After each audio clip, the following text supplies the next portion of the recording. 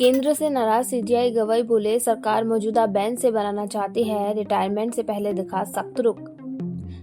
Supreme court ने केंद्र सरकार की उस अर्जी पर तीखी टिप्पणी की जिसमें अधिकरण सुधार अधिनियम से जुड़ी याचिकाओं को बड़ी पीठ को भेजने की मांग की गई थी। CGI B R. गवई ने कहा कि ऐसा लगता है कि सरकार मौजूदा बेंच से बनाना चाहती है।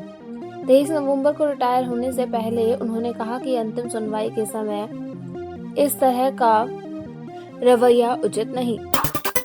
मद्रास हाईकोर्ट का बड़ा फैसला, धर्म नहीं नागरिकता मायने रखती है।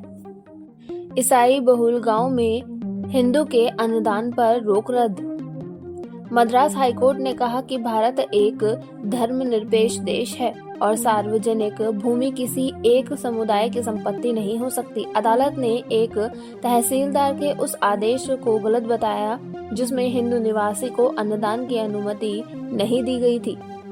न्यायमूर्ति जी.आर. स्वामीनाथन ने कहा कि संविधान नागरिकों को धार्मिक स्वतंत्रता देता है और प्रशासन को समानता सुनिश्चित करनी चाहिए। कनाडा का कड़ा रुख, भारतीयों के अस्थायी वीजा पर रोक की तैयारी, फर्जी आवेदनों का दिया हवाला।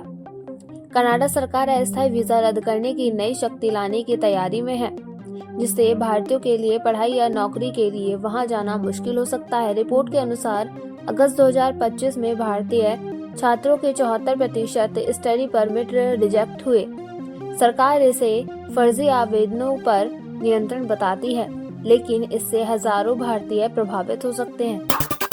आतंकवाद पर पाकिस्तान का दिखा नया चेहरा। अफगान वार्ता से पहले कहा, कोई समझौता नहीं होगा।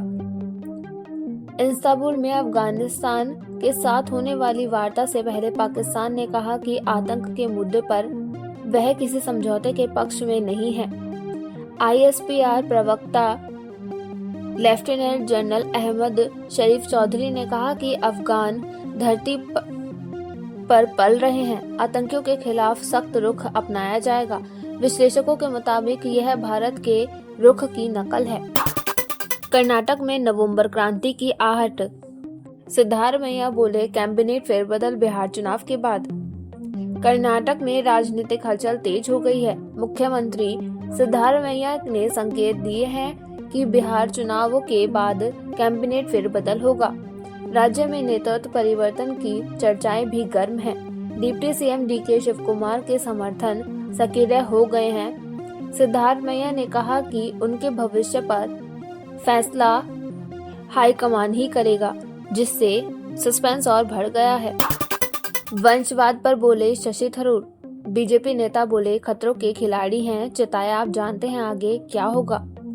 शशि थरूर के वंशवाद बनाम योग्यता लेख से सियासत गर्म हो गई है। बीजेपी प्रवक्ता शहजाद पूनावाला ने थरूर को चेताते हुए कहा कि राहुल गांधी को चुनौती देने वालों का अंजाम सब जानते हैं। थरूर ने लिखा था कि अब भारत की राजनीतिक में योग्यता को वंशवाद पर तरजीह देने का समय है। भारत की नौसेना को नई चुनौती, पाकिस्तान को मिलेगी चीन निर्मित हैंगर क्लास पनडुबिया। पाकिस्तान अगले साल से चीन में बनी 8 आधुनिक हैंगर क्लास डीजल इलेक्ट्रॉनिक पनडुबिया शामिल करेगा।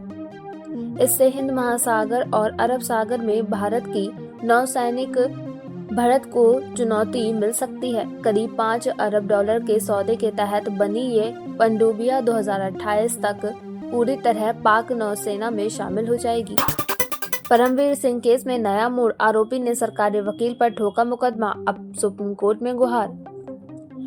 पूर्व मुंबई पुलिस कमिश्नर परमवीर सिंह और कारोबारी संजय पुनामिया ने अपने खिलाफ केस लड़ रहे सरकारी वकील शेखर जगपत पर ही मामला दर्ज कर दिया। अब वकील ने सुप्रीम कोर्ट में एफआईआर रद्द करने की याचिका दायर की है। CGI B R. गवई की बेंच ने कहा कि इस तरह की रणनीति से न्यायिक प्रतिक्रिया प्रभावित होती है। चीन पाकिस्तान गठजोड़ पर बोले हर्षवर्धन श्रृंगला। ऑपरेशन सिंदूर में दिखी गहरी साझेदारी।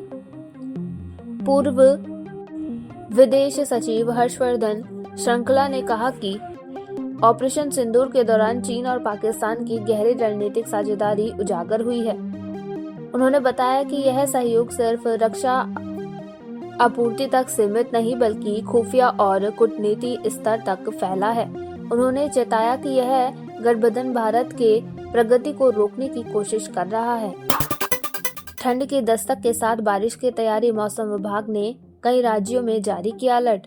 मौसम विभाग ने चेताया कि 4 से 5 नवंबर के बीच पश्चिमी हिमालय क्षेत्रों में बारिश और बर्फबारी हो सकती है। पंजाब, हरियाणा और राजस्थान में हल्की बौछारें पड़ेंगी। बंगाल की खाड़ी में कम दबाव का क्षेत्र बनने से हवाएं 30 से 40 किलोमीटर प्रति घंटे की रफ्तार से चलेगी। मौसम विशेषज्ञों के अनुसार अब ठंड ने औपचारिक दस्तक दे दी है।